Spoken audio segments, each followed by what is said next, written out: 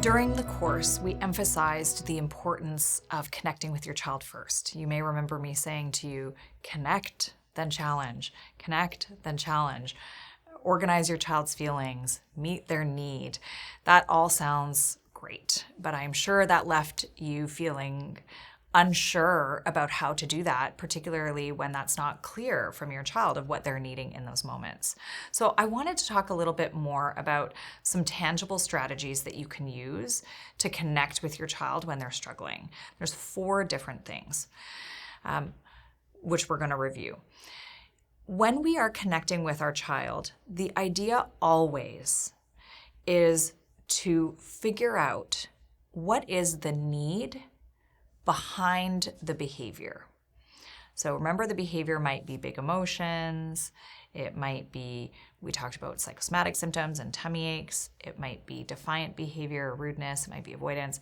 There's lots of different behaviors that we're going to see from a child on the surface. But our job in those moments, and our job to be able to connect with them, is to figure out what is the need, the emotional need behind the behavior. So there are 4 that you can use. The first is the need for comfort. Often, children just need to feel comforted in that moment.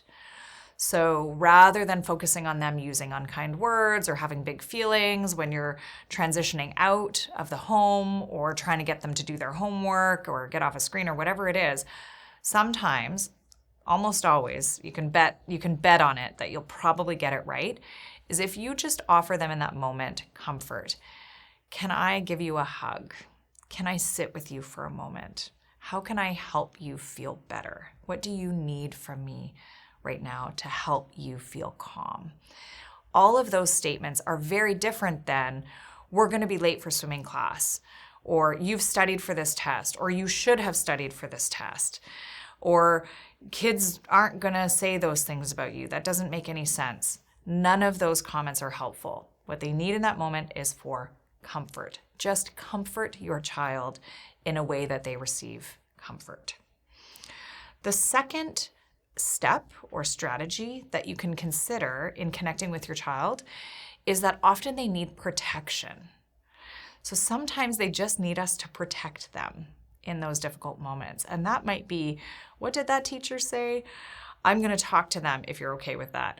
I'm here to help you. I'm your advocate. I am going to keep you safe. I have you. I've got you.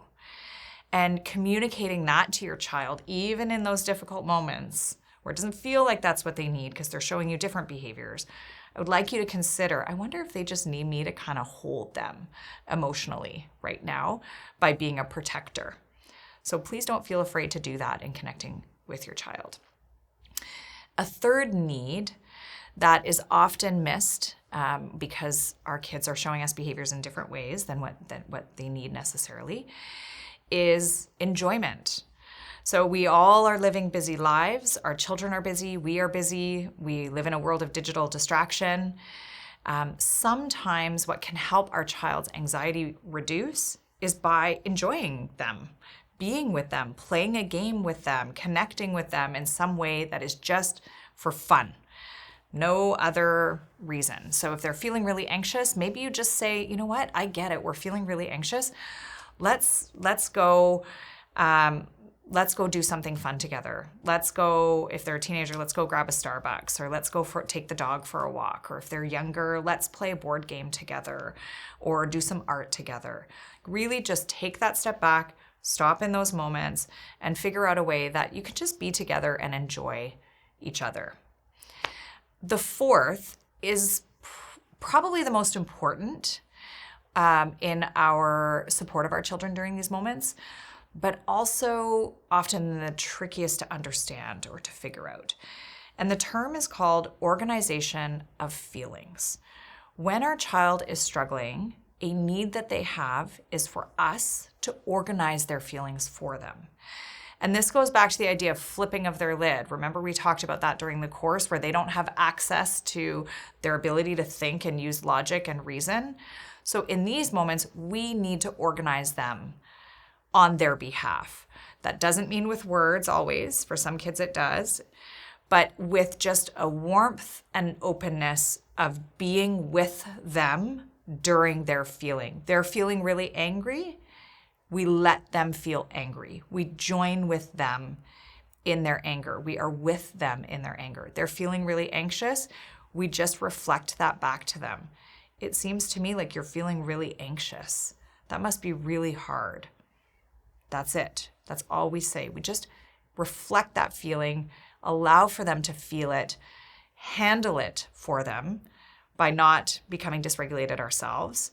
We handle it, we organize them, we hold them in those difficult moments. And I promise you, if you're able to do that, your child will feel more connected to you. You will feel more connected to your child, and you'll move through these difficult moments of anxiety, big feelings, in a way where you're not going to leave feeling guilty about yelling and ending up, not being helpful, and you start the day or end the day in a way that feels not so good. If you meet these needs in the way that I just suggested to you, I promise your child will regulate more quickly, but also it will just feel better for everybody. So give those a try when your child's struggling next time.